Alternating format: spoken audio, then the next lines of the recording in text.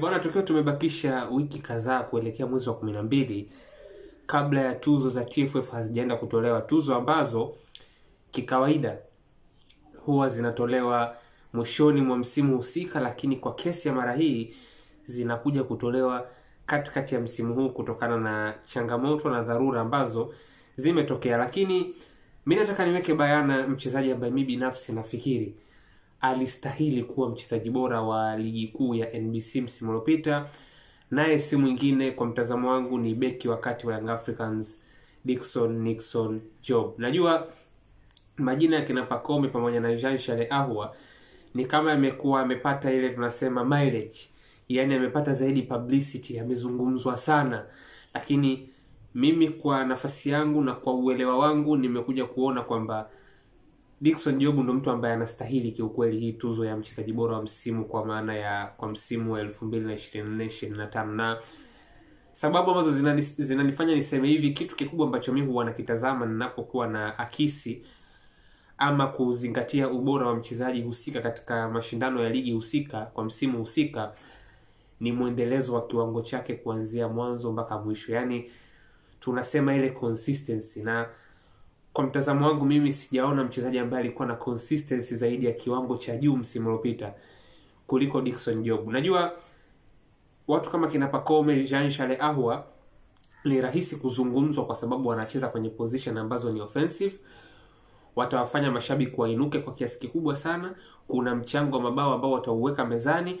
Kwa hiyo kwa kiasi kikubwa sana inakuwa nitumie neno rahisi kupima ubora wa mchezaji pengine kwa kutumia magoli tu na assist, kwamba huyu akifunga magoli mengi na akitoa assist nyingi, kwenye vichwa na kwenye mitazamo ya watu wengi huwa inaonekana kama ndo kiashiria cha mchezaji ambaye amekuwa bora. Lakini kiukweli ubora wa mchezaji unapimwa kutokana na performance, na performance yenyewe pia inatakiwa pia iambatane na muendelezo. Ni kwa muendelezo kiasi gani umekuwa katika kiwango cha juu kwa msimu husika. Sasa kwa kesi ya Dickson Job kiukweli kabisa, tangu match day 1 msimu wa 24-25 mpaka mechi ya 30, of course alikosa baadhi ya mechi 2-3, lakini nazungumzia kwa rani ya msimu mzima, hakuna mchezaji ambaye alikuwa na muendelezo wa kiwango cha juu msimu uliopita kuliko Dickson Job.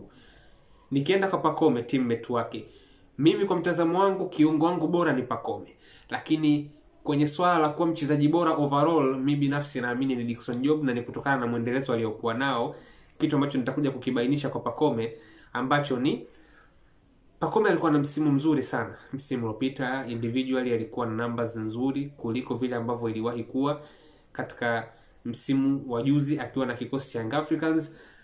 Lakini nafikiri kama kuna watu ambao wanakumbuka vizuri namna harakati za msimu uliopita zilivyokuwa zinakwenda, kwenye mechi takriban 9-10 za kwanza, lile 10 la kwanza la ligi kuu, lile kipindi ambacho viungo washambuliaji na washambuliaji wa Young Africans walikuwa wana struggle kwa kiasi kikubwa sana kwenye kutengeneza magoli na kufunga. Kipindi kile bado Gamondi hajatimuliwa, kama mechi 8 za kwanza hivi, Yanga ikawa nashinda 1-1. Nakumbuka ushindi wao mkubwa kipindi kile ulikuwa ni wa goli 2 ambao waliupata kwenye mechi ya kwanza kabisa dhidi ya Kagera. Lakini baada ya pale ikawa ni 1-1 zinafuata, na kiukweli kabisa miongoni mwa wachezaji ambao naye pia hakuwa katika kiwango ambacho tulimzoea kipindi kile alikuwa ni Pacome, kwa sababu wachezaji wa eneo la mbele karibu wote walikuwa na struggle. Pacome, Azizi, Maxi, Chama, Dube ndo usiseme. Yani Dube nafikiri zilikata karibu mechi 10-11 mpaka anakuja kufunga goli lake la kwanza la ligi. Kwa hiyo kuna namna ambavyo kipindi kile kiwango chake hakikuwa katika daraja ambalo pengine alikuja kumaliza nacho msimu husika, kwa maana ya msimu wa 24-25.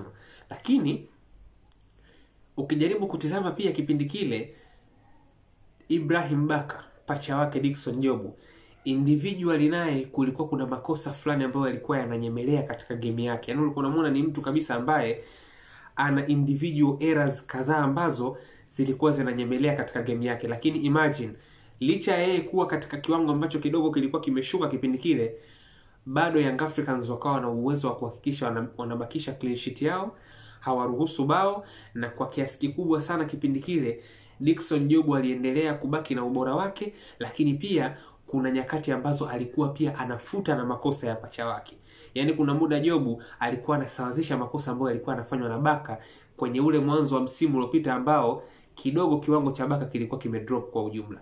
Lakini ukija hata kwa mtu kama Jean Charles Ahoua.